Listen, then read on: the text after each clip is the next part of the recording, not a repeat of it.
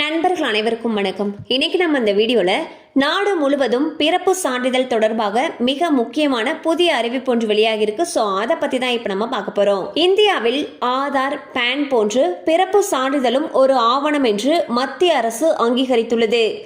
இந்தியாவில் பிறப்பு மற்றும் இறப்பு பதிவு சட்டமானது கடந்த ஆண்டு மத்திய அரசு அமல்படுத்தியது.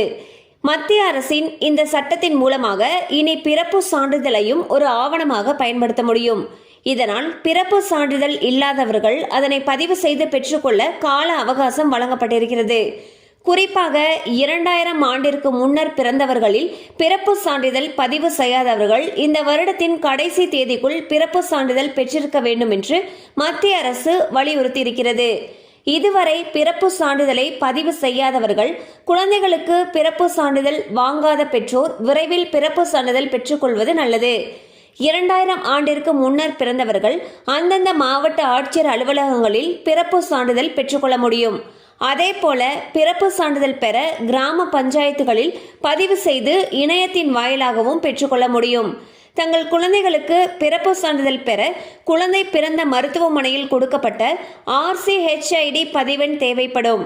அந்த எண்ணை அதில் பதிவிட்டு ரிஜிஸ்டர் செய்யப்பட்ட நம்பரை என்டர் செய்யலாம். ஸோ பார்த்தீங்கன்னா அனைவருக்கும் பிறப்பு சான்றிதழ் கட்டாயமாக இருக்கணும்னு சொல்லியிருக்காங்க. 2000 வருஷத்துக்கு முன்னாடி பிறந்தவர்கள் உங்களுடைய பிறப்பு சான்றிதழை இந்த வருட இறுதிக்குள் பெற்றுக்கொள்ளணும்னு சொல்லியிருக்காங்க. ஸோ 2000 ஆண்டிற்கு முன்னர் பிறந்தவர்கள் பார்த்தீங்கன்னா அந்தந்த மாவட்ட ஆட்சியர் அலுவலகங்களில் போயிட்டு பிறப்பு சான்றிதழ் பெற்றுக்கொள்ள முடியும்.